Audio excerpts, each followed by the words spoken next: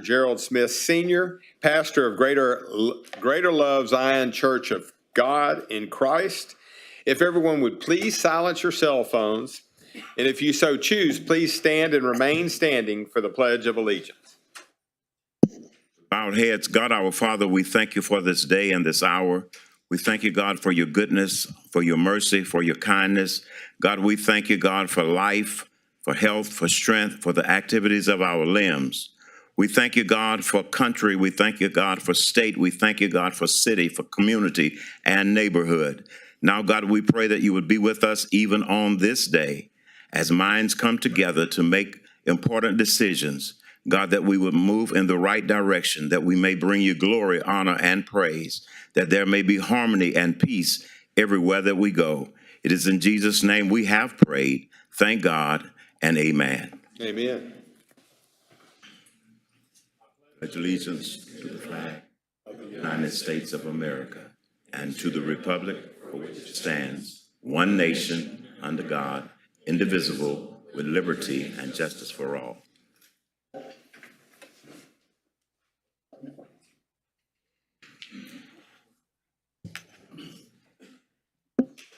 Have roll call, please. Mayor West. Present. Mayor Pro Tem Neal. Present. Councilmember Durio. Present. Councilmember Getz. Present. Councilmember Turner, absent. Councilmember Felshaw. Present. And Councilmember Samuel. Thank you. All right, today we have 2 proclamations and 2 presentations. First, we'll have a proclamation recognizing May 10th, 2025 as United States Postal Service Letter Carriers Food Drive Day.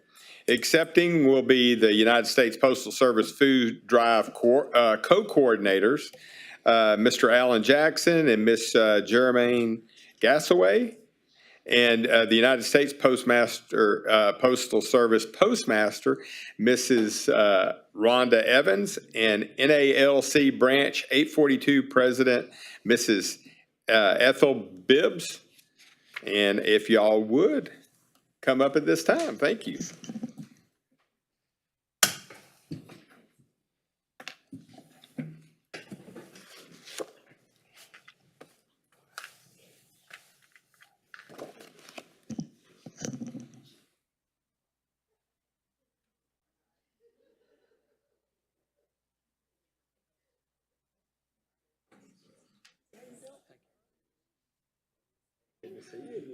Congratulations. Thank you. There you go. Thank you. Thank you for what you do. Thank you.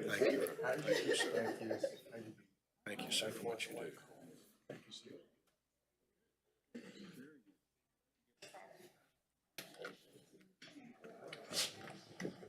I think they're going to do a picture. Yeah.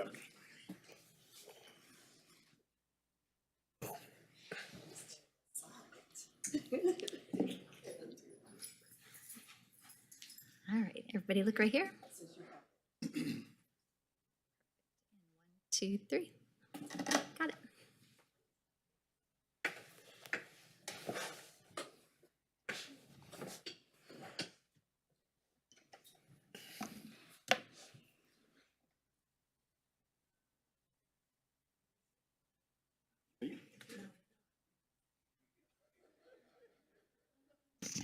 Okay, I just want to say thank you for this. I'm technically supposed to be on vacation, so you don't see me.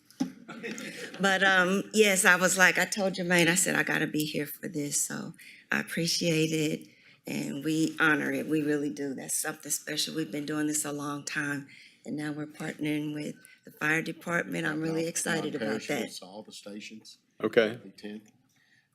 So we're proud to participate with U.S. Postal Service and the union in Stamping Out Hunger. Thank y'all.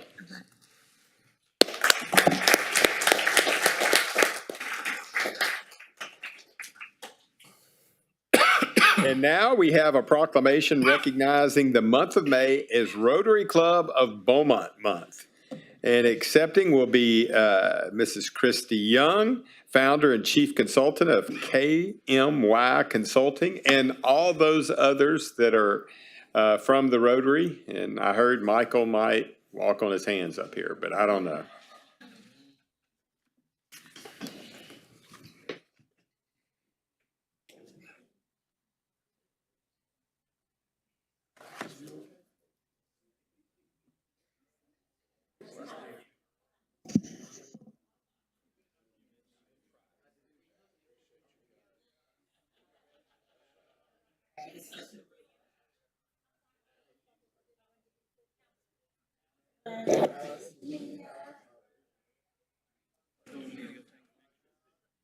Oh, do we take a picture first? Okay,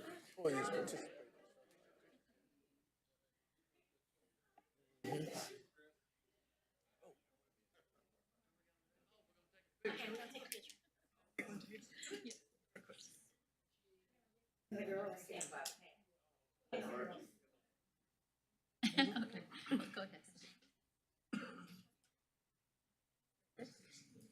And 1, 2, 3. Perfect.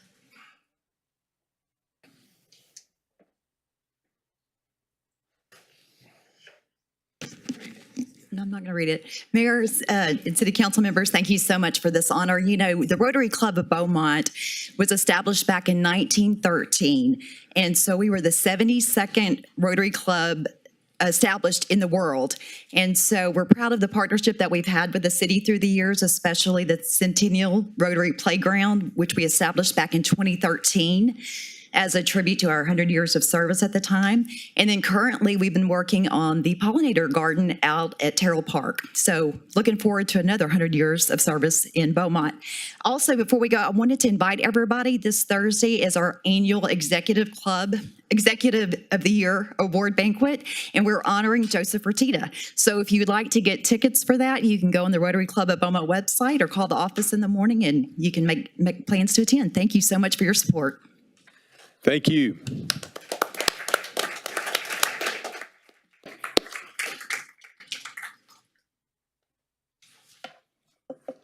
Now we have a City of Beaumont communication update.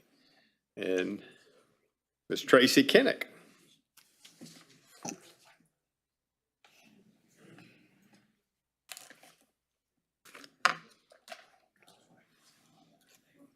Good evening, everybody. In this week's council announcements, National Travel and Tourism Week runs May 4th through the 10th. This fun-filled week allows you to get in on some exclusive discounts and win some great prizes just for visiting some of the area's greatest attractions. For information on the Beaumont Bucket List Challenge and everything you need to know to make this the best week, visit Beaumont's website and Facebook page. Time to stock the shelves for our neighbors in need. As we just heard, the United States Postal Service is hosting its annual nationwide food drive Saturday, May 10th, and the City of Beaumont is stepping up to the challenge. We're collecting non-perishable food donations at all of our city fire departments. All donations will go directly to the Southeast Texas Food Bank, ensuring our local families have what they need, especially as students are out of school for the summer and don't have those free lunches over the summer break. So come by, drop off your non-perishable food items at one of our fire departments, or you can also set them outside your home for the letter carriers to pick up and help us stamp out hunger for our local families in need. There's still time to sign up for Beaumont's Track Club. Stop by the Sterling Pruitt Activity Center on Gulf Street to register kids 5 through 18. Registration runs through May 9th, and we encourage families to take advantage of this opportunity for the youth to participate in a great athletic program.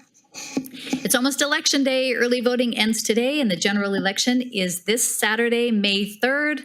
I know you guys just want to take a big sigh of relief, don't you? And so make sure that you exercise your right to vote, though. We all need to do that. Time to make your voices heard when it comes to the bond proposal. So let the city know what you think is the most important thing Beaumont can do in the next few years by taking our bond community survey at beaumontbonds.com. And finally, exciting news, the Fire Museum of Texas has been nominated for the Best Roadside Attraction by USA Today for the second year in a row. Last year, we proudly secured 5th place in the nation. And this year, we're aiming for the top spot to bring the big win home to Beaumont. Our nomination last year brought incredible attention, increasing our national visitors by over 27% and doubling our hotel stays. Voting is now open. It runs through May 5th, and you can vote once per day. Winners will be announced on May 14th. So search USA Today's Best Roadside Attractions, or just go to our city Facebook page and make sure you vote for that. And that's all for this week's announcements. Thank you. And now we're going to have another presentation by TxDOT on the status update of the construction project within Beaumont. Presenters will be Mr. Richard Bradley and Mr. Dave Collins with TxDOT.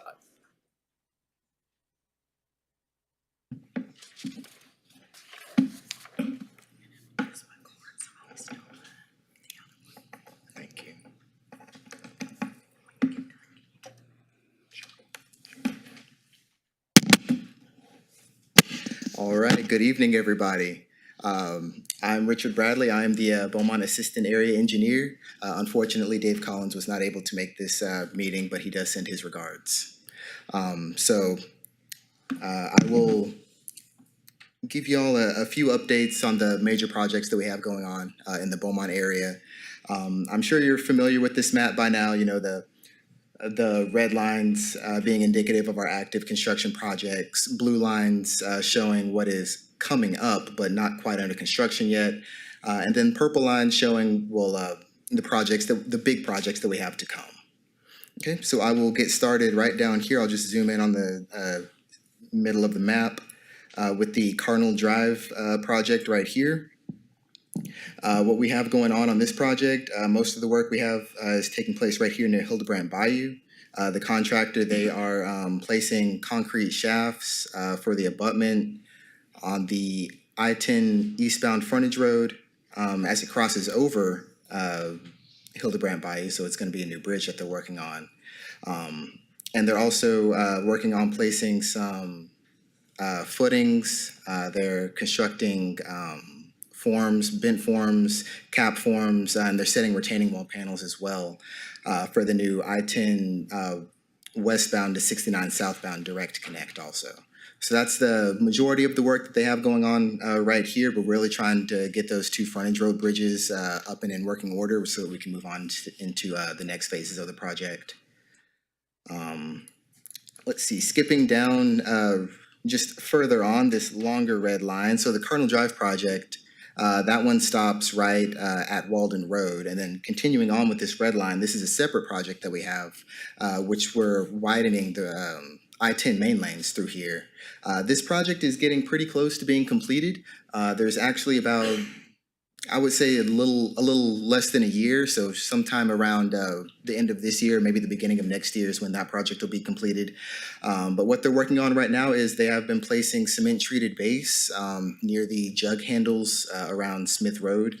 And, you know, we're going to be working on getting that paved a bit later on also. But this one doesn't have too much longer to go. We'll clear all that up and that'll be one less headache on the roadway. Okay, let's see. You know, before I will skip down to these two projects that we have down here. It's a little hard to see, so I'll zoom in for you.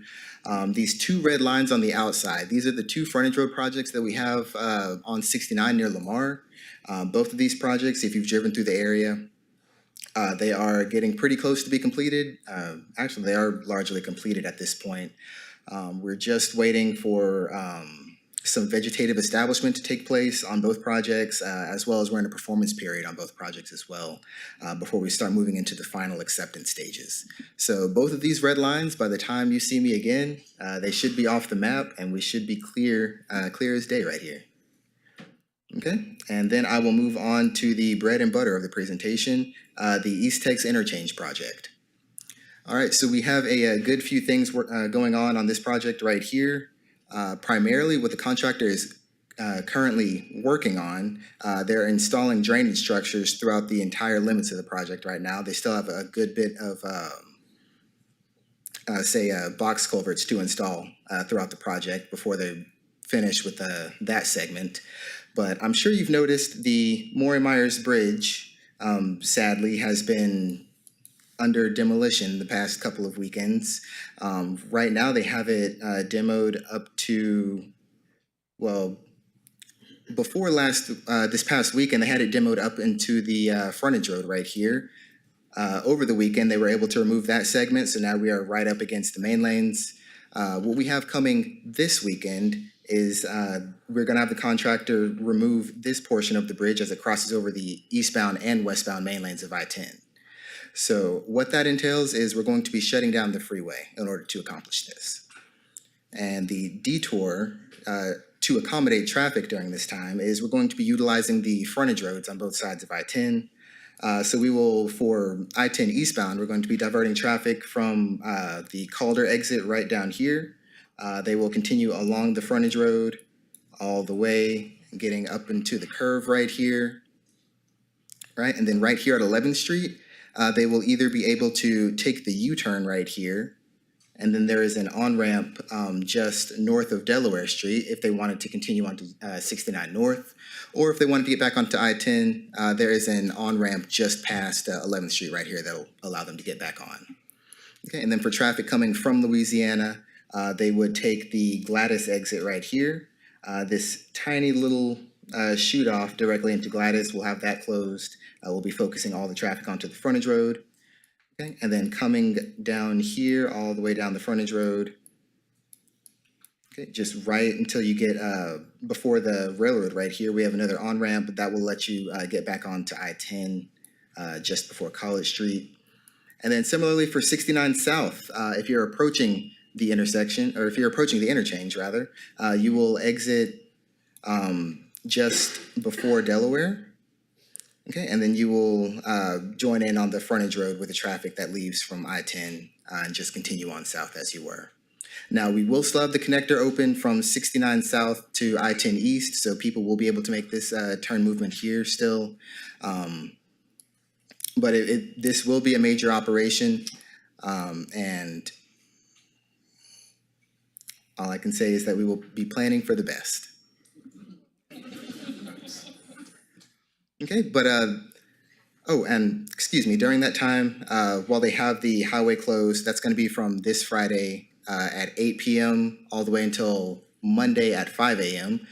What they're also going to be doing is the southbound connector, the US 69 southbound connector onto I-10.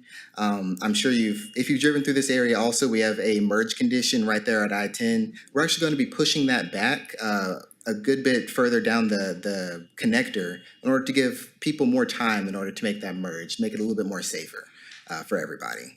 So you will see that neck down come the 6th whenever that's reopened to traffic. And then additionally, another safety improvement that we've been making in the area is, I'm sure you've heard of the ghost striping, the shadow striping that we had out there on the pavement. It was fairly confusing. I'm going to be honest about it, to be frank about it. We have had a special contractor come onto the project, and essentially what they're doing is they shot blasted the concrete in order to get rid of that nasty old striping and really accentuate the striping that we want you to see out there.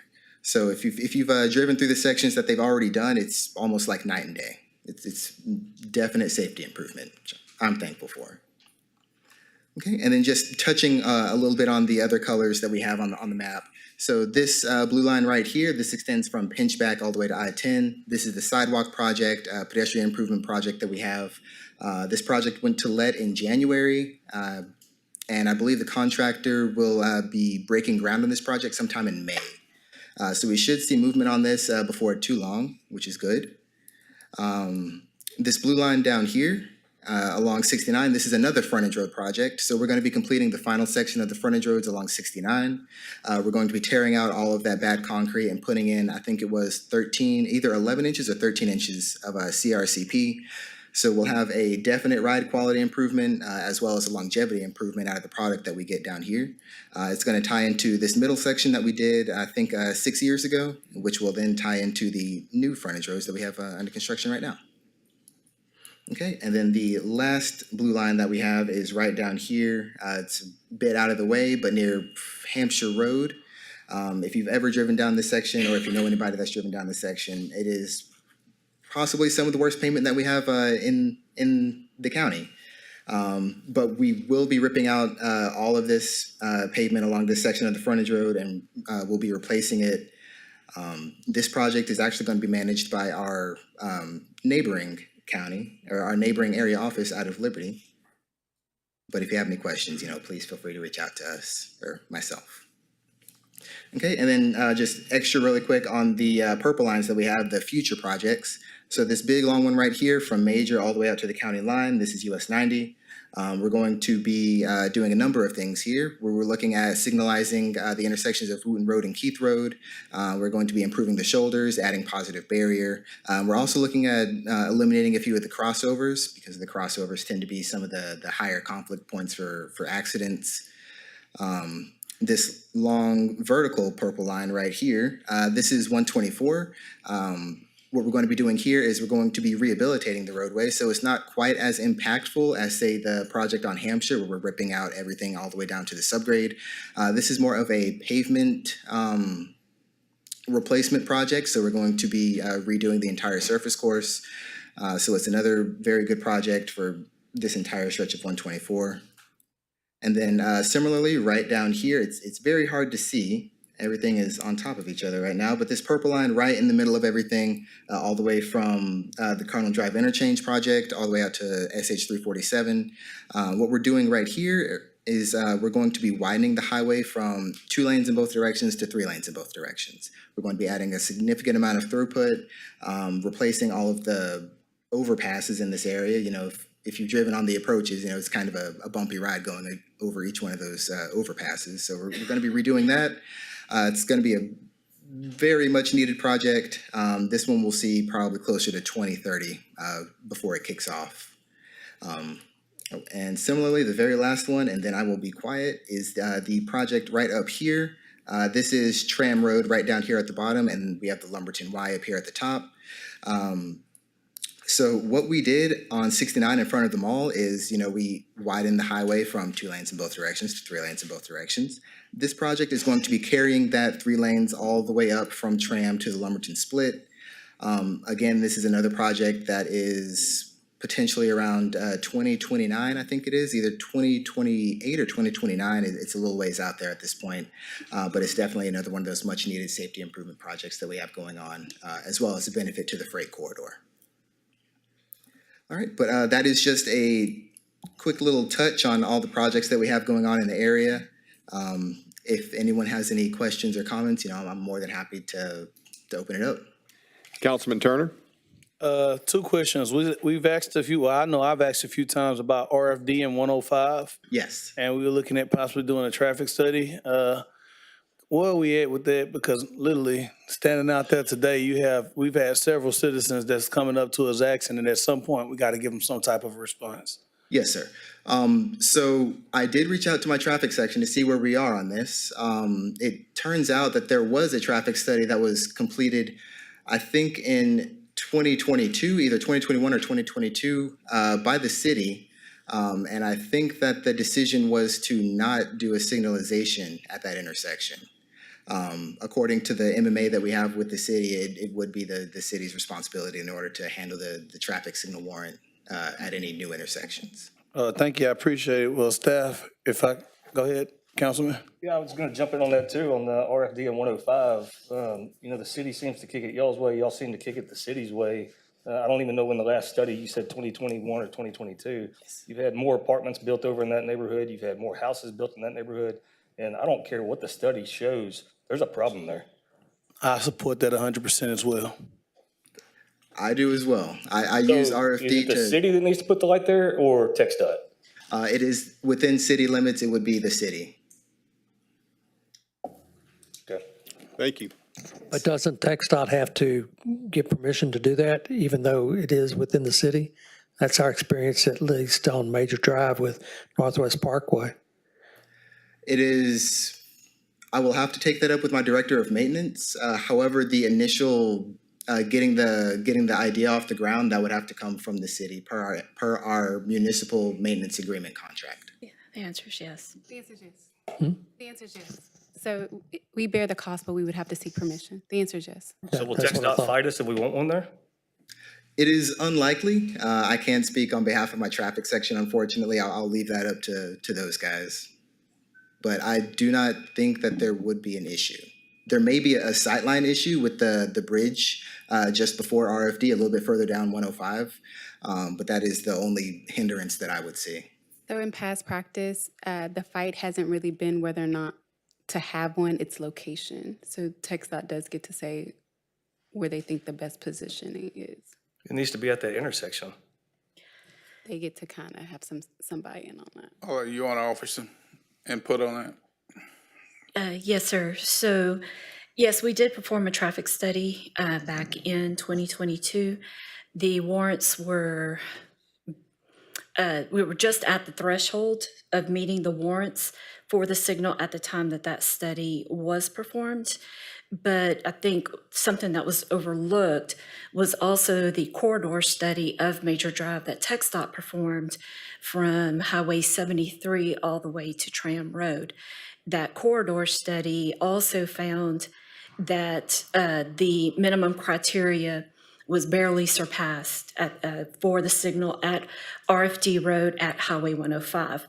One of the issues that TxDOT identified in their study is that the signal at Major Drive and Highway 105 is a significant cause of the delay and the safety hazards at RFD Road and Highway 105.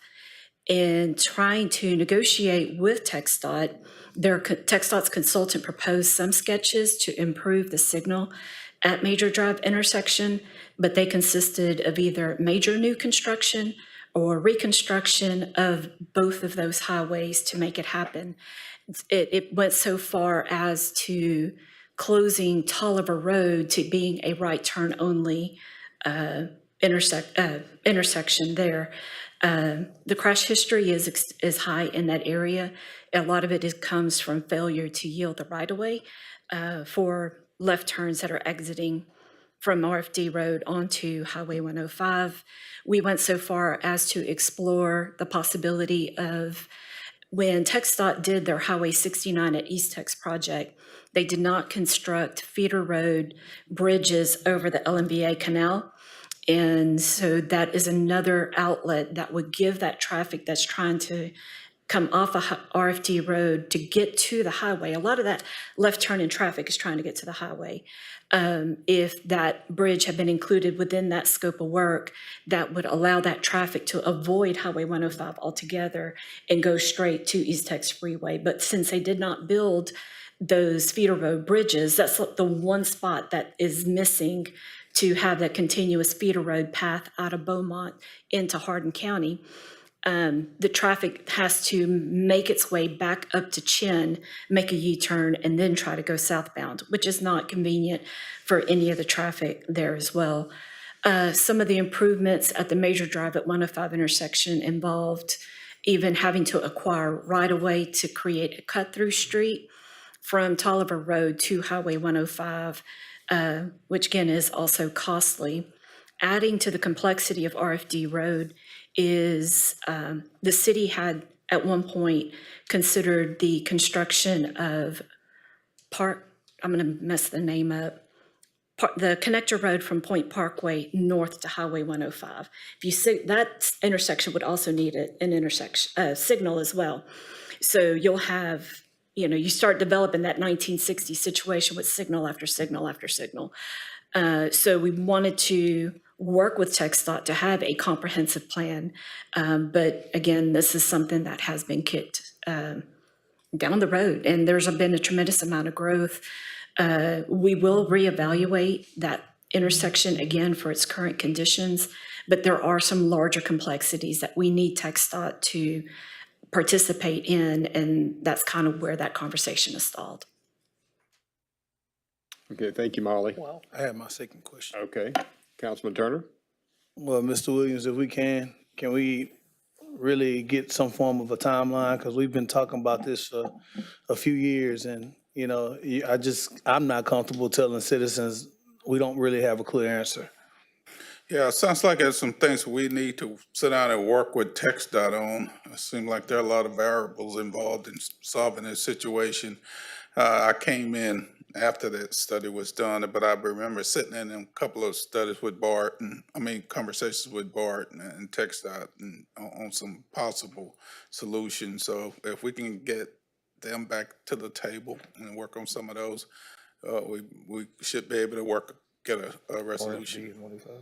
And my second follow-up was, how do you plan on marketing and just making the community aware of what's going to take on with the freeways this weekend? I know it's going to be tough Friday from 8:00 p.m. to 5:00 a.m., but what can we do to communicate with citizens, or how do you think we should work together to communicate that?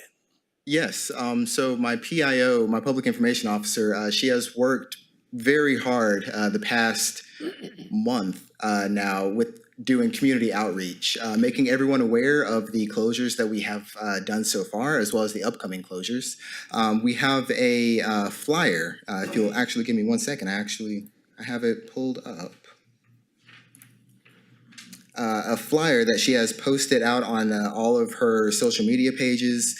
She has spread this around to all of the large stakeholders, the hospitals, the schools, I believe a lot of the refineries as well, to give more of a visual graphic to go along with the narrative of what's to come. So if I can go over that just briefly with you. This is the initial, let me zoom out so you guys can actually see it. This is the initial graphic that we have. This is demonstrating the detour plan that we have while the bridge is down. As you can see, the detour would be to use Phelan down to Calder. All right, and then that'll take you down to 11th Street, where you can use that as a cutover to get back onto Liberty Laurel.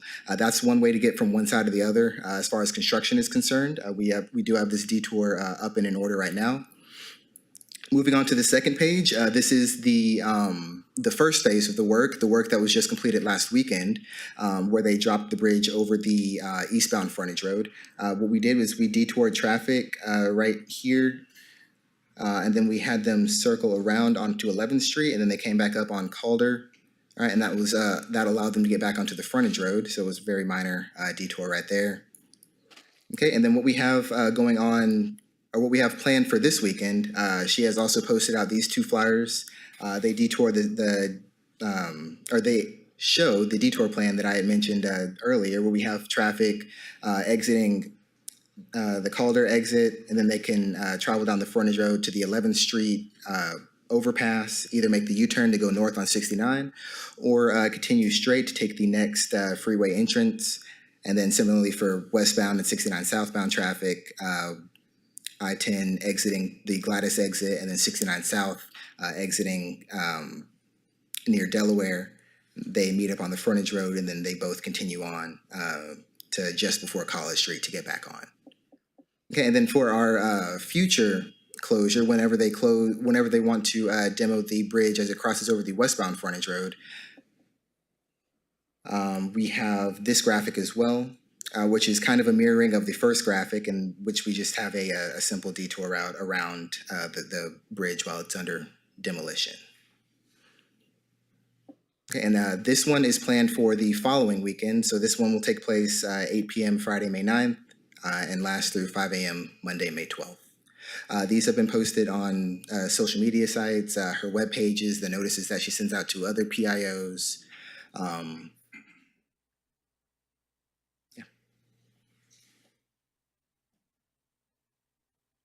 Thank you. Of course. Any other questions? Any other questions? All right, thank you, sir. Thank you.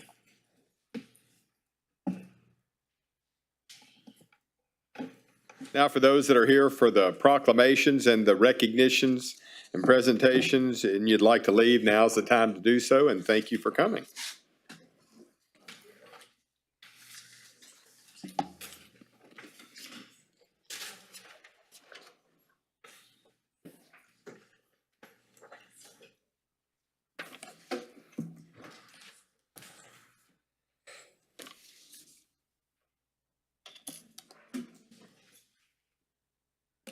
All right, now we're going to enter public comments, and now any citizen that wishes to speak, now's the time to speak. You may make public comments on the consent agenda or regular agenda items 1 through 4. We're pulling item 5. You can still discuss it. Or any other topic. Citizens wishing to speak on item number 6 will be given the opportunity to during the public hearing. The city clerk will call your name when it's your time to speak. When you approach the podium, please say your address, your city, and your state. You will have 3 minutes for public comments. The green light will come on when you approach the podium, and the red light will come on when your time is up. Please be reminded that myself or counsel cannot respond whenever you're making comments, but someone from our office will be in touch. Dean Tucker.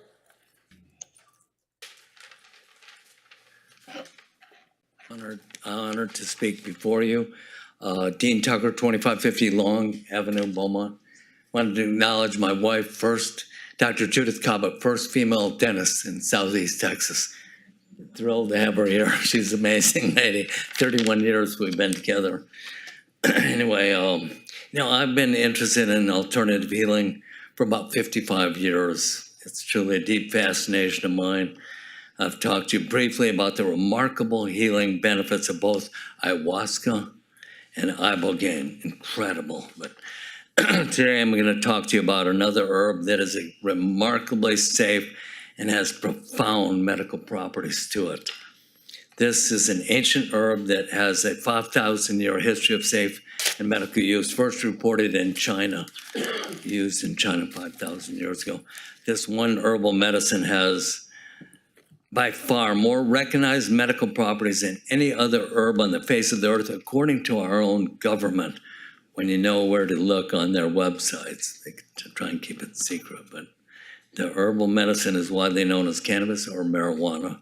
All doctors should look closely at the 1974 FDA-approved study done at the Medical College of Virginia, where it was shown that THC from cannabis plant reduced the tumors of 3 types of cancers in the controlled study of 45 mice. All the mice lived longer that had the THC than those that did not. And 3 of the mice, the tumors completely disappeared. Amazing. It is remarkable how safe this plant is and how many medical properties that it is acknowledged to possess. To this day, our federal government claims it is extremely harmful, and to their credit, they are exactly right. Without question, it is considered very harmful to the pharmaceutical companies because it can replace several pharmaceutical medicines, and it's cheaper and safer than these other toxic medicines. Anyway, I'm just throwing out this idea that we should take a look at this amazing herb and that many known health benefits that it does possess. I have a YouTube channel if you would like to learn more about these healing properties of these herbs and the fake laws that designed to suppress them. Type in my name, Dean Tucker, and also type in Beaumont City of Healing. I plan on posting a lot more information about these herbs and other systems of healing that can go a long way toward restoring health, the health of many people. Kudos, I want to give out credit to State Representative David Simpson. Done. Okay. Thank you, Mr. Tucker. Yeah, thank you. David Parks.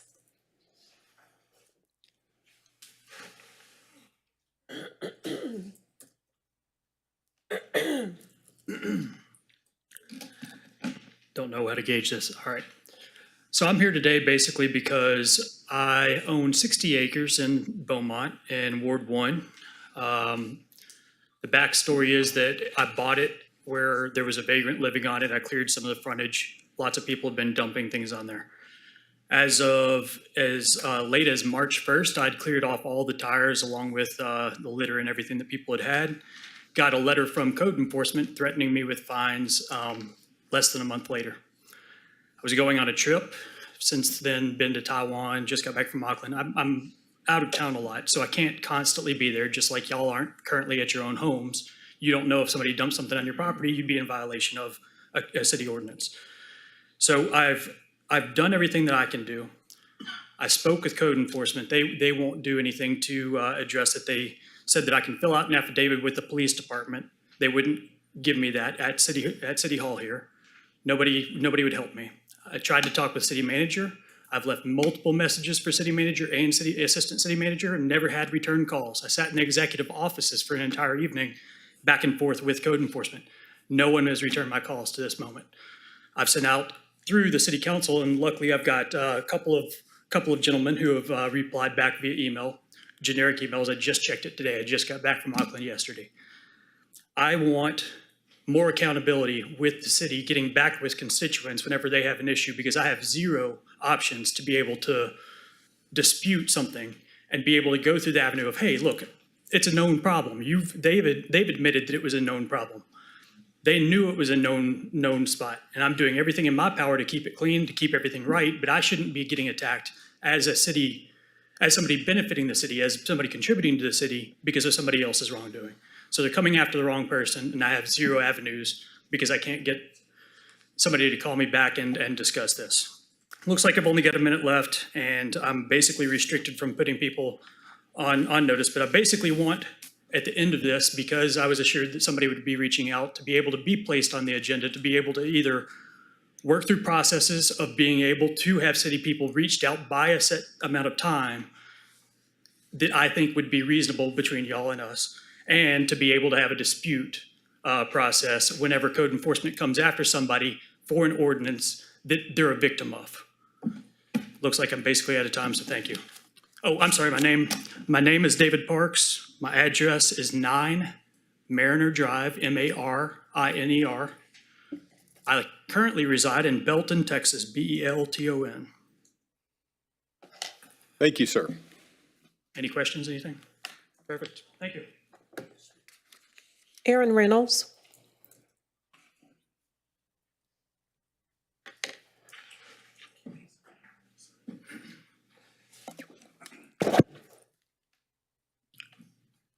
My name is Aaron Reynolds, Jr. I reside at 6945 Salida here in Beaumont. I come today following up on a request that was made several weeks ago. I asked to meet with the mayor and council persons. I do know about the quorum. I was informed by the city attorney that I was not allowed to be in the council executive session. My purpose for having that desire was to refute and correct the false statements that were being presented. I have provided information that confirms that the fire marshal colluded with the bondsman for Watashi Construction. The attempt is for them not to pay a $4.3 million claim. I made an open records request to determine if Four Corners Plumbing pulled a permit after being paid $100,000. After conversations that the plumber had with the fire marshal, he did not pull the permit. Why didn't the fire marshal insist on the permit being pulled since he knew the plumber had a contract to install the fire hydrants? That's called collusion. If anyone had done an Open Records Act on 3680 Maida Road, I wanted to find out. And so I did an Open Records Act. I wanted to know, where did John Rock and Four Corners Plumbing get the pictures that were used to present to the State Board of Plumbing? I wanted to know, where did he get them from? When did he get them? Come to find out, when I did the open records request, he never did that. So where did those pictures come from? Where did he get the information from? He got it from the fire marshal. How do I know? Because the fire marshal wrote a letter on his behalf that was used with the State Board of Plumbing. I provided you with that. I made another request as to who did the fire marshal speak to with the bondsman company. When I did the Open Records Act, you'll see the record of the phone calls. They're redacted. Not even the dates that I requested. I requested January 1st, 2023 through January 31st, 2025. Why would you give me a piece of paper with the numbers redacted? I think an investigation needs to be done on the city attorney. Thank you. Thank you, sir. Addie Allen.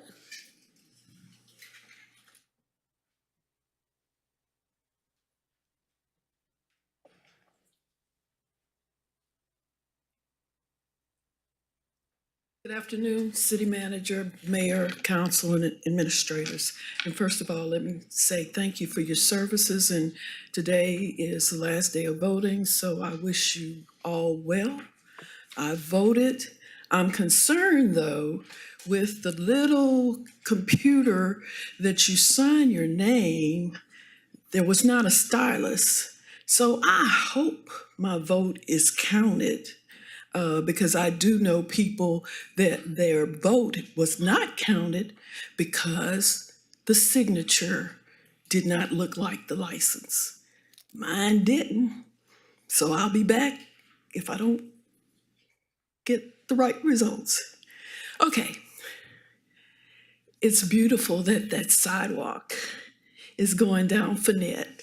I just hope who's in charge of it don't let it sink like it is on McLean. I hope it's raised like the one on Calder. So there are differences in sidewalks. The other thing is I mentioned about the alarm system. And Tuesday, I think we had bad rain, so it's not exclusive that we have bad weather during hurricane season. I presented two contractors or two companies that actually do alarm systems, whereas if we have a tornado that drops down, if we have explosions or have to shelter in place, that's what I'm talking about when I say an alarm system. So I hope, since some of you are running on public safety, that's something that can probably save at least one life, maybe many lives. And Beaumont is subjected to those kind of things. Right now, we've got something happening in the Panhandle. So weather is important. The other thing is I see on 3 about insurance. I've been concerned about that airport. So I don't know, last time you said FAA has some kind of auspices over whether people can go on the runway. So I want to know if FAA is going to pay if a airplane goes down in our neighborhood or anywhere in the city of Beaumont. So I think, and I'm just opinionated, and you know that, how are we addressing that issue? These planes are going low, low, low. I'm having my pecan trees breaking off. And in our neighborhood, we're cutting a lot of limbs. And I was told that there is a flight pattern. But at night, who's watching? Thank you. Thank you, ma'am. I'd still like to take you flying, Miss Allen. That's all I have, Mayor. I make it home.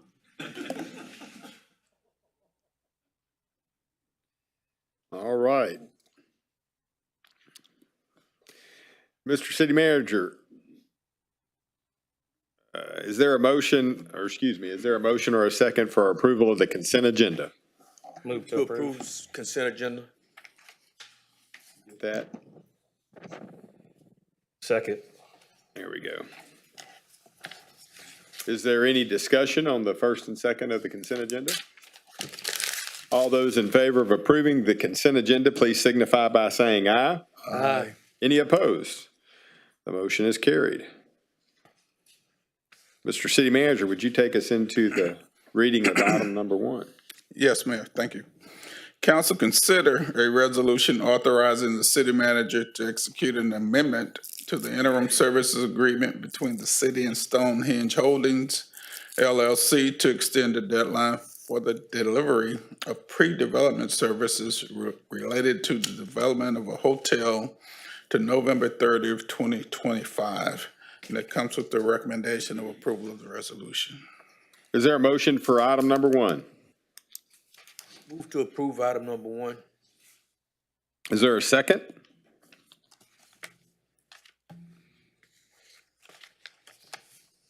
Second. There is a motion and a second for approval of item number 1.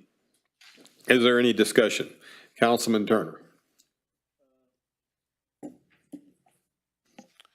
Mr. Manager or staff or someone, can you kind of speak to the reasoning we would go from this month to as far as, November? So, and Chris, you just jump in whenever you're ready, but council requested to delay the hearing of the study. So what we did was we just took that time that you requested to delay it and added it on the back end of the contract, and that's how we got to the the November date. Stonehenge is essentially ready to present. It was prepared to present in April, but council asked to table it until after the election. And so based on their timeline in the contract, we added those additional days to the back end of contract. Councilman Neal? I guess my question is who's requested to delay this? Council.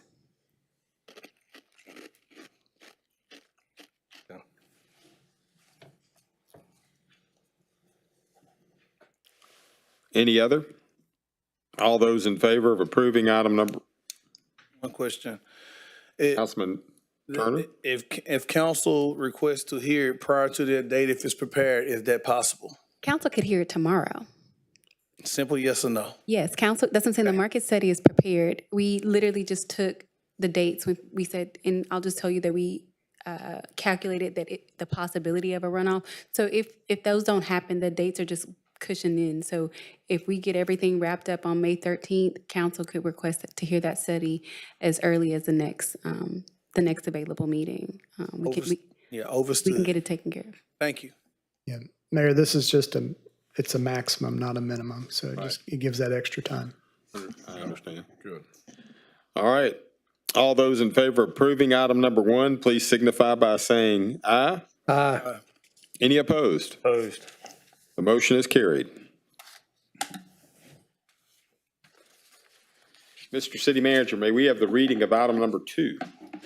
Council, consider a resolution authorizing the city manager to accept maintenance and authorize final payment to SETEX Construction Corporation for the North Major Drive and Westfield Avenue Exploratory Evacuation and Sanitary Sewer Repair Contract. And it comes with the recommendation of approval of the resolution. Is there a motion for item number 2? So move to approve. Second. There is a motion and a second for approval of item number 2. Is there any discussion? All those in favor of approving item number 2, please signify by saying aye. Aye. Any opposed? The motion is carried. Mr. City Manager, may we have the reading of item number 3? Council, consider a resolution authorizing a payment for property insurance coverage for various city-owned buildings and assets. And it comes with the recommendation of approval of the resolution. Is there a motion for item number 3? Move to approve item number 3. Is there a second? There is a motion and a second for approval of item number 3. Is there any discussion? Councilman Getz? How many claims have we filed for windstorm and hail over the past few years?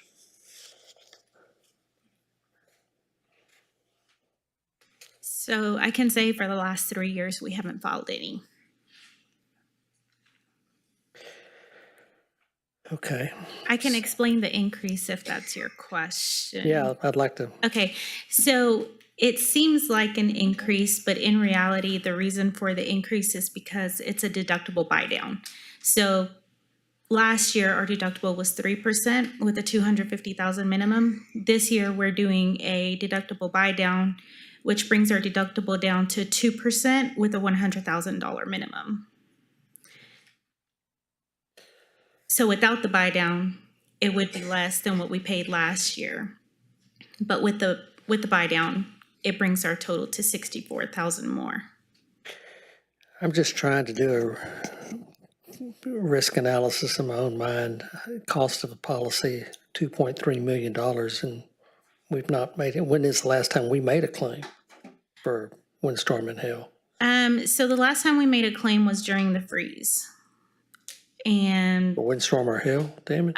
so that was for, I think it had a mixture between hail damages, and between that, we had a severe hailstorm around the same time.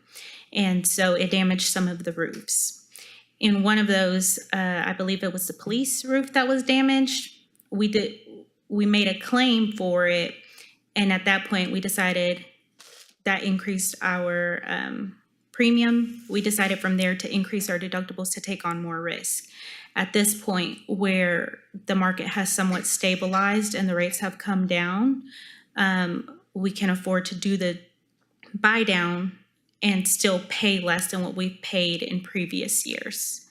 Do you know offhand what we ended up having to make a think- claim for the police roof? I don't think we put the claim in, but I think it was cheaper for us to pay it out of pocket than to pay the deductible for the claim. It was about a wash, so we actually did not.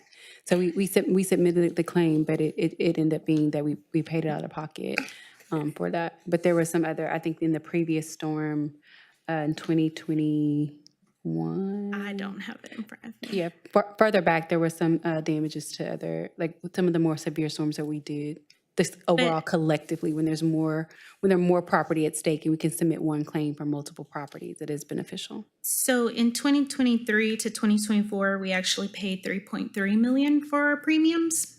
And that was with only $50 million limit coverage.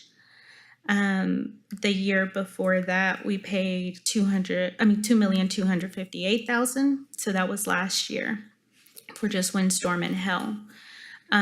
This year, it's 2.3, but 242,000 of that is to bring the deductible down from 3% to 2%. So I get what you're saying. From my perspective, we are paying an awful lot of premiums and we're not utilizing that insurance because we're not making claims. Or if we have a claim, the deductible is still so high that it is something that we're going to pay out of pocket. So I have to ask the question, what if we went bare? What if we didn't have this insurance? I mean, I know it's somewhat of a gamble, but I'm just looking over the history. I personally don't carry windstorm anymore because after looking at what the premiums cost, I realized that I can replace my whole dadgum roof for what 2 or 3 years worth of premiums are. So we have two separate deductibles. We have two separate windstorm policies. Some of our properties are insured through Texas Windstorm Insurance Association. That deductible is 1%, and it's a $1,000 minimum. Some of our other properties are on what's called the open market, and that's where we would put the 2%. In previous years, we've had damage to our roofs, but somewhere around there, they're about 230, just below the minimum for the claim. The buy down brings that to 100,000. So if we wanted to make those claims for those roofs, we're now able to. That's up to council, but we're paying an awful lot of money for an insurance that we're not using. Before we go further, I do want to point out that in some cases, when we're looking to be reimbursed for FEMA, it does require us to have insurance claims. So to carry certain insurance. So it's one of those things where we would also be compromising or be giving a potential FEMA money as well. And that's also on things that we've currently in the past have claimed through for FEMA reimbursement have to be insured. We have to maintain insurance on those if we received monies for them. But isn't it true that FEMA has now raised the threshold of damage to such a level that it's become extraordinarily difficult to... Well, it's twofold. If we accepted FEMA funds to repair property, we now have to maintain certain insurance on it to protect that investment for so many years. And also, if we, like, let's just say we have another catastrophic event and the city didn't have certain coverages that are required by FEMA, we would be potentially excluded from receiving FEMA funds. I know we, of course, accepted FEMA funds for Riverfront Park, but have we recently accepted any FEMA funds for damages to a building? We have several pending FEMA claims and appeals for claims where we feel like we should be paid for money or paid for reimbursement. So there are several outstanding FEMA claims. But have we actually recently? And I'll look at Duncan. I don't know how caught up he is, but I know we were still receiving payouts from as far back as Ike and Laura. Like we're still receiving money from FEMA on a lot of our cases. Okay. Councilman Neal? Thank you, Mayor. So first of all, I wholeheartedly believe that we need insurance. But have you ran the numbers on this, doing a 3% or a 5% deductible? So we it's not my recommendation to go to a deductible that high, because at that point, we're taking on a lot more of the risk, but I can get those. The problem is that our windstorm renews May 1st. And so we would have to have these in by May 1st. The highest deductible that we've ran, and in the past, the person before me, is 3%. I mean, to Getz's point, insurance is a gamble as well, and that's where, I mean, insurance makes money off of people paying premiums with nobody making claims. The city has the funds to be able to pay something out in the event that they had to pay a high deductible, which is why my thought is to have a higher deductible than a 1%. But that's just my opinion. Well, so for the TWIA on the 1%, we had that last year. That didn't change.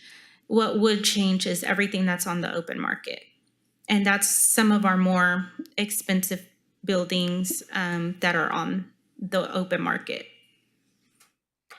And I can tell you why I wanted that 2% is because that brings our deductible down to the $100,000.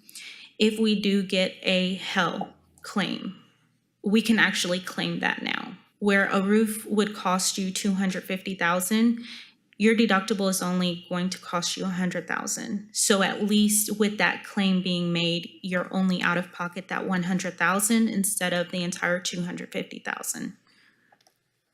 And the buy down was $240,000. So with 1-2 roof claims, that's the buy down. All right, thank you. Any other discussion? I'd also like to add that we've had multiple facilities that have had multiple damage over the past 10 to 15 years where we did receive FEMA money for it. So a lot of that needs to be, I guess, taken into consideration, that we would kind of be at a loss for that as well, out of compliance with those agreements, because the requirement to maintain insurance coverage on it does not go away. Say that again? The requirement for us to make, once we receive funding for it, like the requirements for us to maintain insurance, I don't know that it goes away. Like we took the money. This is the penance for taking the money. You maintain insurance on the building. So are you saying that if we stop providing insurance coverage, that FEMA's going to come and say, pay us that money back that we... I don't know that they're going to try to do a clawback, but it definitely may be a penalty involved. I'd have to go back and look at our agreements on that. I think that'd be important information to know. Yeah, I know that we do have a requirement to maintain insurance. I don't know that there's what the exact penalty is for not, whether it's just we take a major hit, whether they want their money back. It would be a substantial amount of money, that's for sure, but I also know that any penalty would be substantial. Because this is required to be renewed by May 1st, I don't know that we could table this for another meeting, but I would really like to know that information.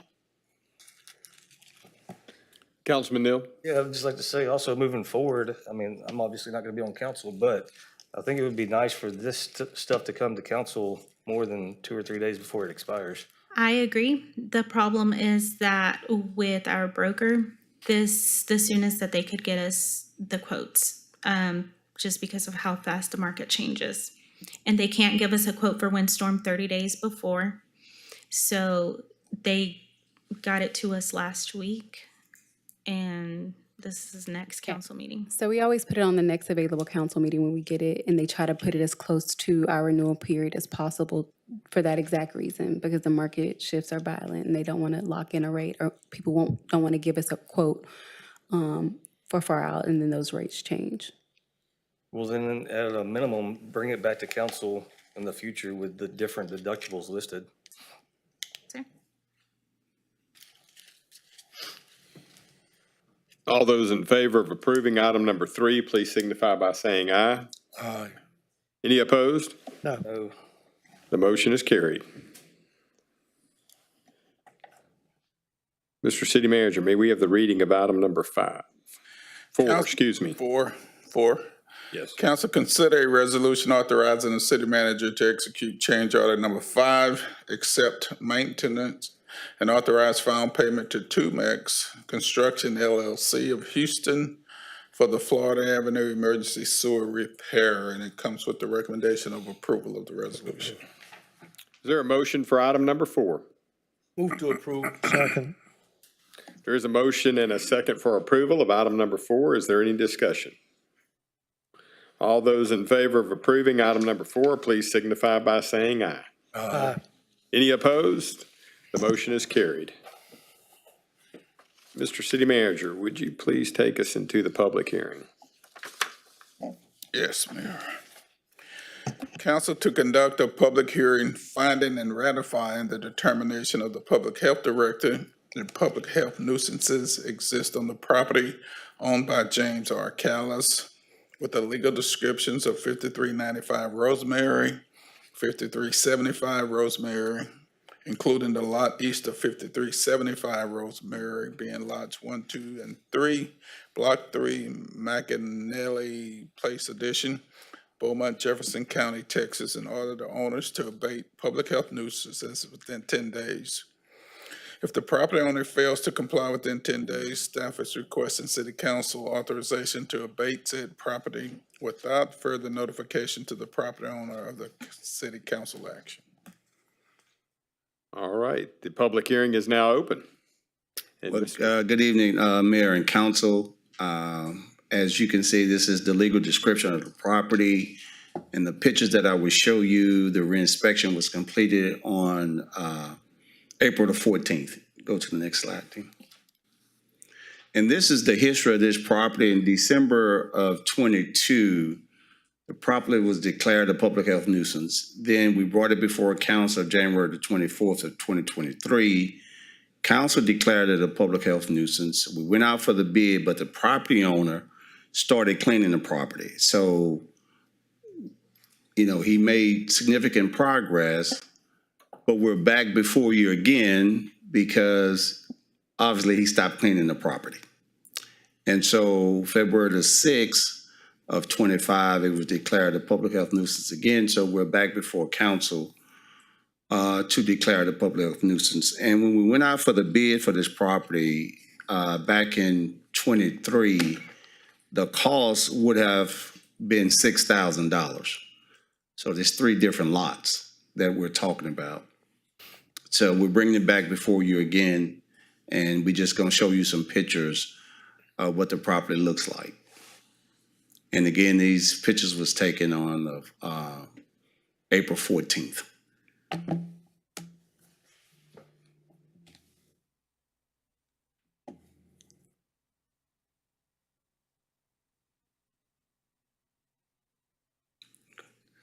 Okay, that's the last picture. Questions? any questions? Yes, Councilman Getz. Show them again, please.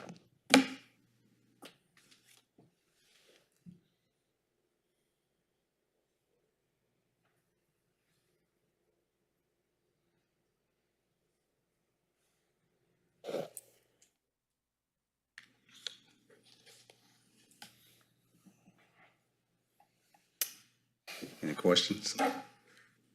Councilman Durio.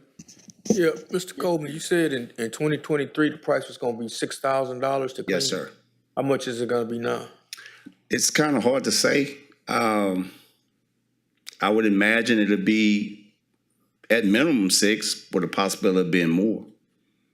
Okay.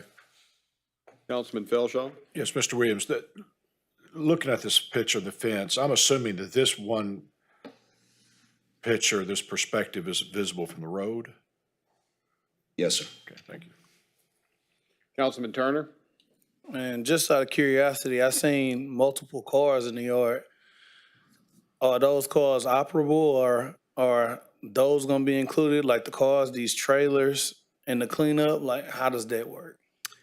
Well, we get to junk motor vehicles, that's on code enforcement, but I think if they have the registration sticker is up to date and the car is able to move, then I think that it won't be. But if they can't move the car and all that kind of stuff, then they'll be in violating of the junk motor vehicle ordinance.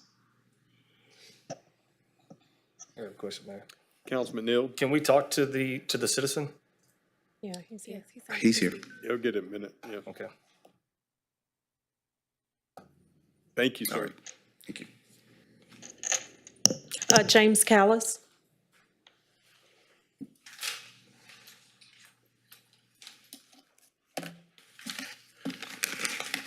Mayor West, men of council, city staff, and guests, I'm James Callis, a lifelong resident of Beaumont, and I am 5375 is my residential homestead, and 2485 Magnolia is my business homestead.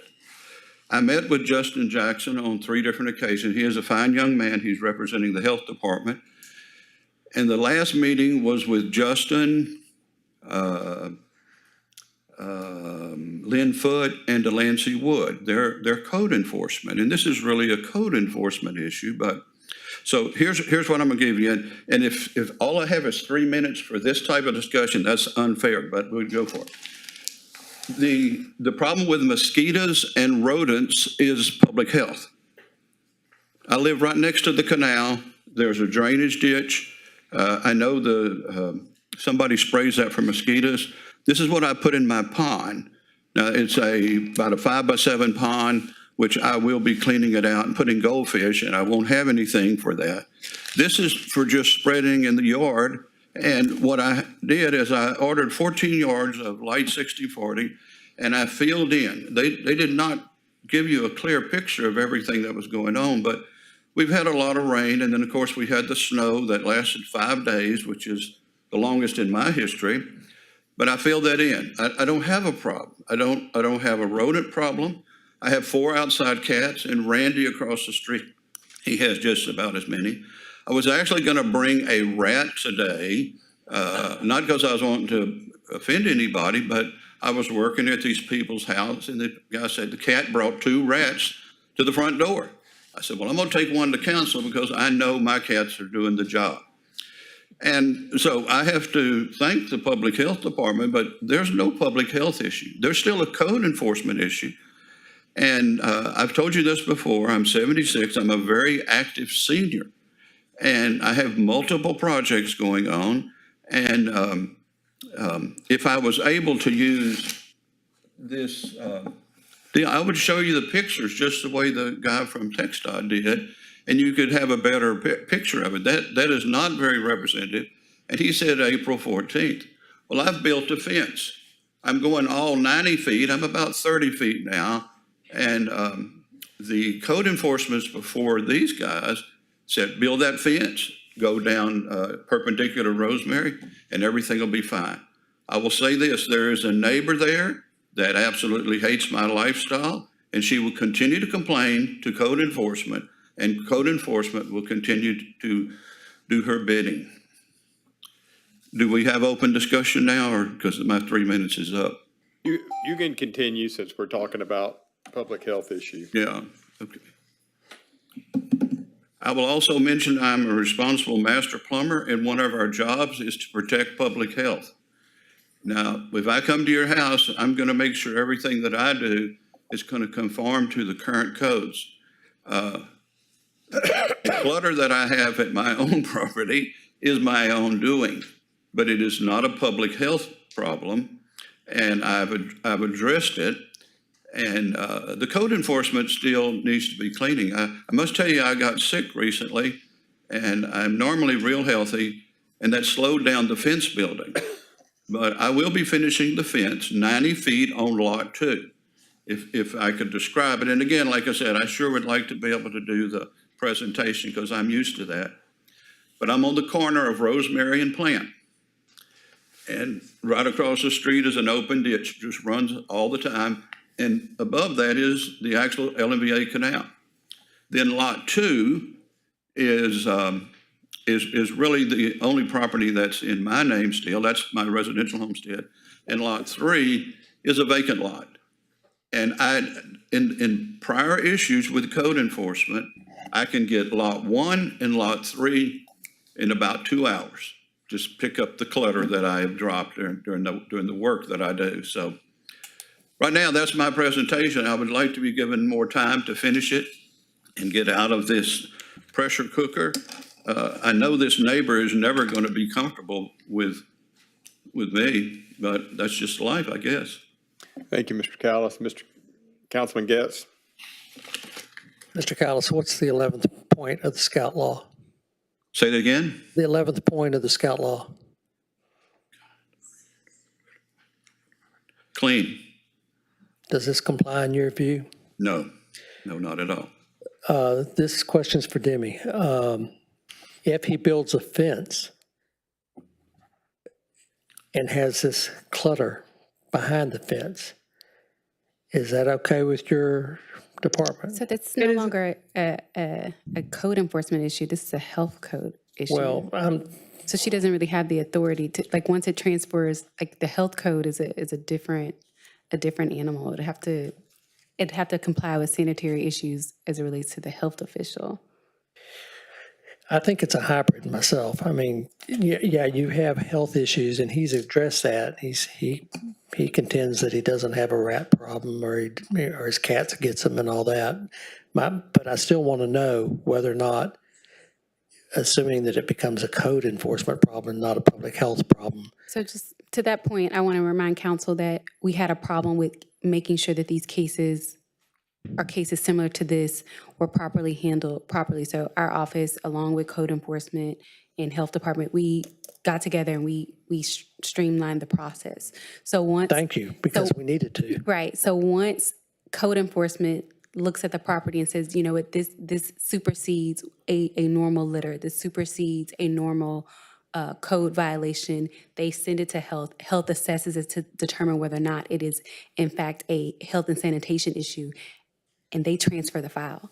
So there's no code enforcement or code officer. They're no longer filing criminal charges. It is because, again, that slowed the process down when both divisions had it. So it's purely in the health department. So if the health director says, yeah, all the health and sanitation issues have been abated and we are just dealing with a litter charge, then it would be appropriate for it to be transferred back to that office. But once that case transfers to the health department, even if they get calls, they say, please direct the calls and complaints to the health department. It's now being handled by our health and sanitation department.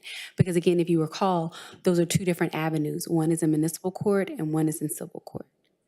There's two separate penalties. So I just want to be fair to our directors in saying that, you know, for her to answer that question, it may in fact suffice for a code enforcement issue, but it may not address the health and safety concerns for our public health director. I think we can all agree, and Mr. Coleman, you tell me if I'm wrong, that when you have conditions like this, it can lead to harborage of rodents and environment of all sorts. I suppose that's where public health comes in. Is that correct? That's correct. Okay. So it's not just that it's unsightly, but it can lead to the problems that your office is concerned about. Yes, and when we talk about rodents, we have to keep in mind that rodent droppings carries a hantavirus, which can be deadly, as well as you having containers as what we see that holds water, then that becomes a breeding ground for mosquitoes, which carries the West Nile virus. So, Mr. Callis, you understand that while your cats might be doing a bang-up job, we still have problems with the clutter that is there. The clutter is there, Mr. Getz, but there are no rats there. I'm going to mention that I've been living at this property for 25 years. And before, I used to have a lot of dogs and one cat. Well, I only have 2 dogs now, and there's a lot of cats. But we used to trap field mice in our kitchen. And I'd trap them in a live deal. And I would take them, I'd go across the canal, and I would release them. I would admonish them to look out for the owls and the snakes. So there are no more field mice in my house. And the only thing I can tell is the cats are taking care of that deal. I never considered it a problem. Field mice are really cute animals, and I wouldn't want to kill any. Now, a rat's a different animal, but no, there's no food on these areas. This is building products. It's a couple of sheds that need to be put together. I have two, trying to think of the word, utility trailers, enclosed trailers, an 8x10 and probably a 9x16. They're full of building materials, my sewer machines and different tools to do jobs. And so I don't believe I have a public health problem there anymore. It's clutter. I can't deny the clutter. And but I can have that cleaned up by a certain date. And but I'm still going to finish the fence. And the reason I say that, there's a certain amount of staging that needs to be allowed for people to work in their homes, in their yards, to do whatever it is they want to do. None of my activities are illegal, and I like to work. I don't feel like slowing down. I'm sure at some point that'll happen, but right now I enjoy work. So I'm asking for the council to give me some more time and consideration and remove this public health hazard. I don't believe there is a public health hazard there. How much time do you think you would need? I would say to June 1st. Councilman Durio? How close are other houses to this property? None behind me. Oh, there's none at all? No, the vacant lot is a separation. I have the two, it's the house, the cottage, and the vacant lot. There's a vacant house across the street, then there's Randy, and my neighbor adjacent to the third lot, he's put a fence up and he can mow 4 feet whenever he feels like mowing it. So, but I keep it well mowed. How far does the lady live that you said complains about you? Say it again? How far is your neighbor that you said complains about you? I have no idea. The Constitution allows us to know who accuses us, but the code enforcement, they're not going to give anybody up. So all I know is it's just somebody down the street that is complaining, constantly complaining. I never get a break. So, but if I'm given to June 1st, I will have lot 2 cleaned up, but I still will have the 2 trailers there, which is legal. And they're full of construction material. Yes, sir. Mr. Turner, Councilman Turner. What was the prior deadline before this deadline, before we get into extensions? Excuse me, Mr. Callis. Yes, sir. When it comes to public health and we send a letter out, they have 10 days to either come into compliance or make significant progress. And then we go out and do another site visit. And if there's no progress being made, then we send another letter out to the homeowner, letting them know what day they need to report to council if they wanted to speak on their behalf. So right now, council is every 2 weeks versus every week. So you get the initial 10 days and you might get another 14 days, if not longer. Then if council so decide to declare the public health nuisance right now, he's going to give another 10 days before we take some actions.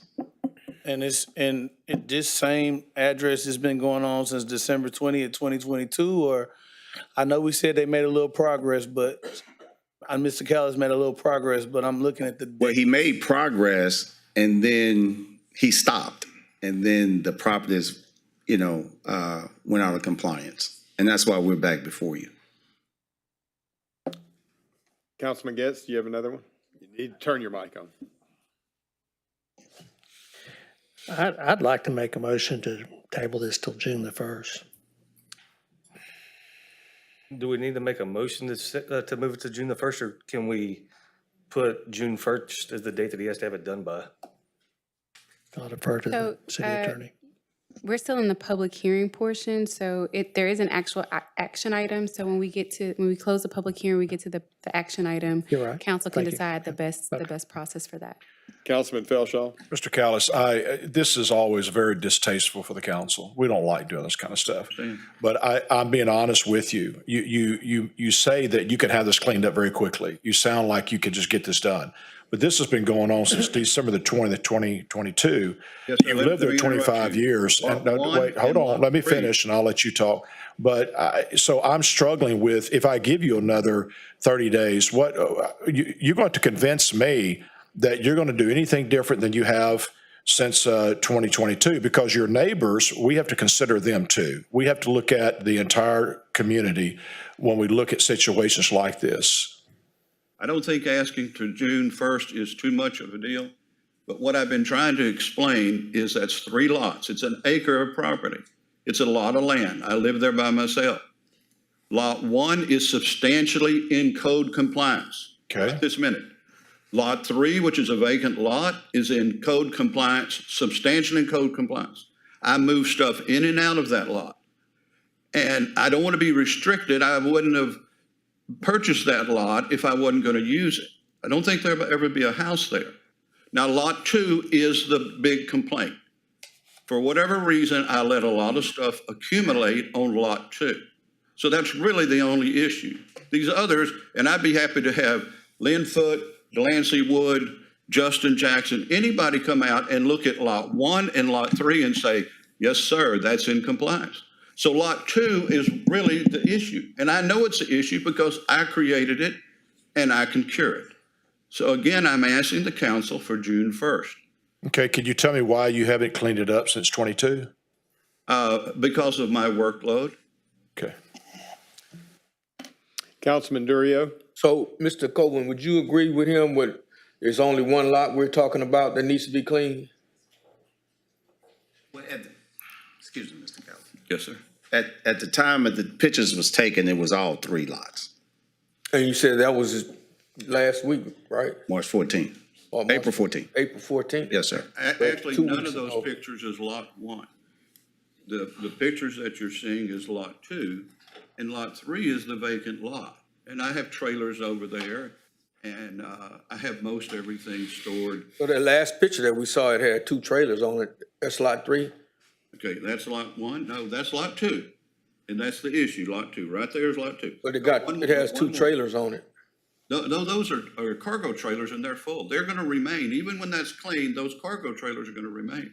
If you can go to lot 3, I'll explain. Nope, still lot 2. That's lot 3. Okay, that's a 90-foot lot, 140-foot deep. I got a canoe trailer. I got all sorts of trailers. They're full of stuff. And I move trailers in and out of that property. I've got a 16 by 12 shed here. I've got a 12 by 12 shed there. And I also have about 7 dead trees that I need to take care of. And speaking on my half, again, on lot 1, I had energy, forget what they call the department, the ones that cut trees. My lots are full of trees. I don't want to cut my trees, but the dead ones have to go. They had already come in and cut a big 80-foot pine that would have knocked out the whole power. I cleaned all of those. All they do is they cut them. It's up to the homeowner to take the stuff to the street. And I will thank the city for heavy trash. It is one of our best features, and it works. So again, I'm asking for June 1st. I don't think that's too much. And it's mostly lot 2 that is the issue. There is no issue on lot 3 and lot 1. They're temporary issues depending on me moving in and out and what I'm doing at that time. But Mr. Callis, you said because of your workload, you haven't been able to clean it. How are you going to be able to do it now? Is your workload going to reduce? I'm semi-retired from plumbing and construction. I only do tank water heaters, tankless water heaters, and mini split units. And I don't do many of those. And I have several projects in the city that I'm doing. Anamelia's house on Magnolia for homeless women. And I have 2 or 3 vacant units that I'm trying to rehab. But no, I understand. It's not What I'm trying to say is with your workload, why don't you just let the city clean this up for you? I believe I could do it for way less than $6,000, sir. But you don't know if you're going to be able to do it. Well, give me to June 1st. They've given you almost 2 years already. Well, I'm going to tell you, I'm an active senior, and there's always going to be something going on there. I understand when I push the code enforcement, but I'm not an idle person. I don't have retirement in my future. I got many more projects I want to do. I went to a seminar last week put on by Bo Hansen on tiny houses. I'm planning on building some tiny houses. All right, Mr. Callis, thank you. We just trying to help you out so you're gonna have time to do all those other projects. You don't have to worry about this one if you let the city do it. I'm not interested in letting the city do it, Councilman Dario, but I understand where you're coming from. And I could sub it out for way less than 6,000. I just prefer to do my own work. I can't help it. All right, thank you, Mr. Callis. Councilman Turner. Can you go back to the last slide, lot 3? I know you said what lots 1 and 3 were 100% compliant. Is the debris that's in front of the shed, is that a part of the compliance? Well, I'm on the same page with our staff. Is that in compliance, or is it? It's on a trailer. Unless it's on the ground, it's in compliance, or it's 24 inches above the ground. And I've got cinder blocks. I bought a whole deal of cinder blocks. And so I put it 24 inches above the ground, which is all that's required at this time. Used to be 18 inches several years ago. So, yes, that's substantially in compliance. Yeah, I can't even tell it's a trailer from the picture. That's why I'm because asking it's for full of clarity. stuff. Yeah. It is a trailer. There's a trailer. There's a canoe I trailer. see the There's one first canoe trailer there. is clear, but I'd be putting some more canoes on that trailer. I just hadn't got to it. no, I'm talking like this. What is that? Anything else, Councilman Turner? Man. All right, thank you, Mr. Callis. Anybody else signed up to speak? All right, the public hearing is now closed. Mr. City Manager, would you, we have the reading of item number 6. Council to consider an ordinance finding and ratifying the determination of the Public Health Director that public health nuisances exist on the property owned by James R. Callis with the legal descriptions of 5395 Rosemary, 5375 Rosemary, including the lot east of 5375 Rosemary, being lots 1, 2, and 3, Block 3, McAnally Place Addition, Beaumont, Jefferson County, Texas, and order the owners to abate public health nuisances within 10 days. If the property owner fails to comply within 10 days, staff is requesting City Council authorization to abate said property without further notification to the property owner of City Council action, and it comes with the recommendation of approval of the ordinance. All right, is there a motion for item number 6?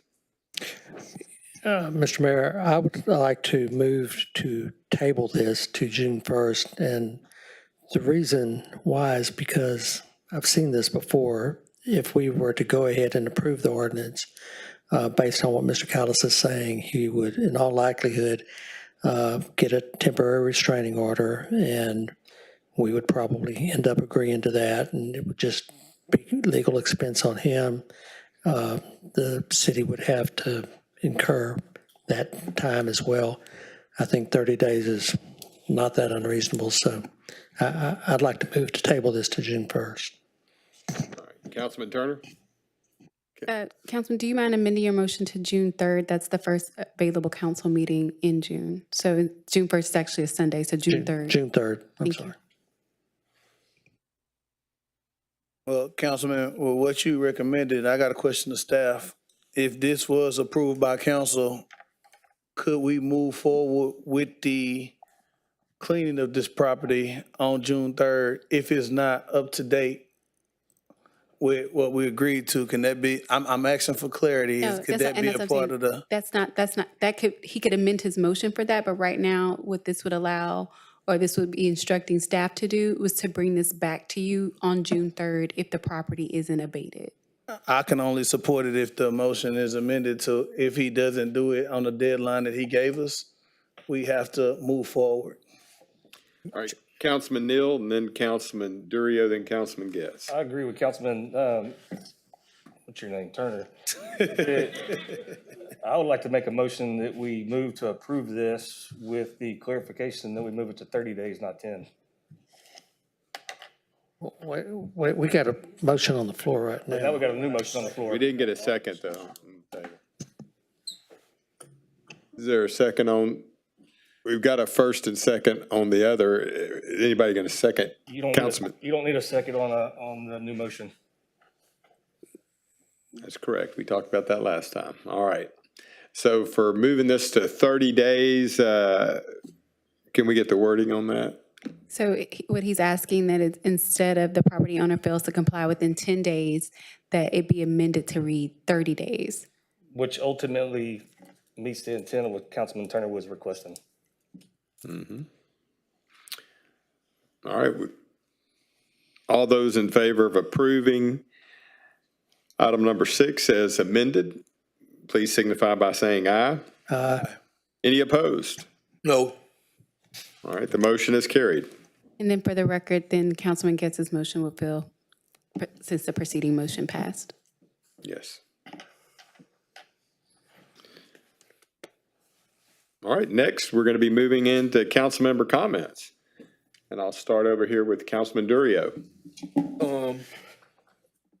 I just want staff to get with Mr. Parks, because I don't think he mentioned the address of his 60 acres. And I'd like to know what's the address of that property. And I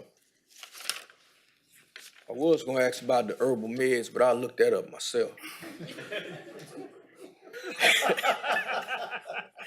And I just want to make sure everybody go vote. Today is the last day of early voting. It just ended, so Saturday, 7 to 7.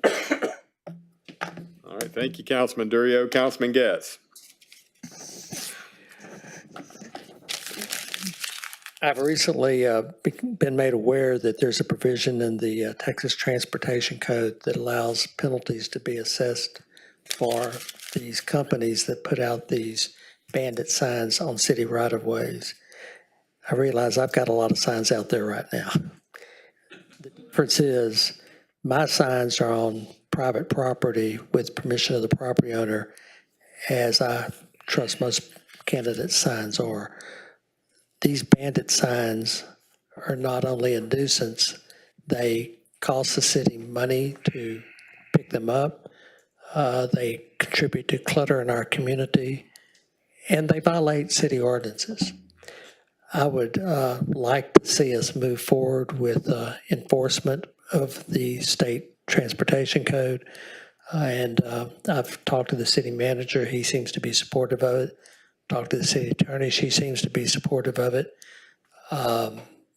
The mechanism to enforce it, though, we still need to work on that. So all I'm asking is that we continue to push for that and figure out how we're going to enforce that. And if you haven't voted yet, Saturday's your last chance, and everybody go vote. Thank you. Thank you, Councilman Getz. Councilman Turner. Yes, Mr. Manager, just if you can work with TxDOT and get us a timeline on the RFD and 105. I know I've asked for images, and it took quite some time just to get images where I can kind of communicate with the citizens. So if we can get something shored up, I would definitely appreciate that. Also, Ms. Addie Allen requested some information in reference to the airplanes flying over at a certain distance. If we can just get her the regulations and rules on that, I appreciate that as well. Mr. Parks, if we can look at the records of the phone calls, because if he's contacting and we're not following up, I think we need to be held accountable if that's the case. And as everyone else mentioned, just encouraging people to get out and vote. Turnout isn't where it should be, and I know we will get it better. I'm more than confident the community will come out and vote, because I think everybody in here deserves to pick who's up here leading them. So I hope y'all encourage your family and friends to go do their constitutional right. Thank you. Thank you, Councilman Turner. Councilman Felshaw. Thank you, Mayor. Councilman Samuel. Thank you, Mayor. I just say go out and vote. This is a crucial election. Councilman Samuel, thank you. Councilman Neal. No comment. Madam City Attorney. No comment. Mr. City Manager. I don't want to mess it up. No comment. Election Day is May 3rd, 7 a.m. to 7 p.m. And with that, the meeting is adjourned. Thank you, everybody, for coming.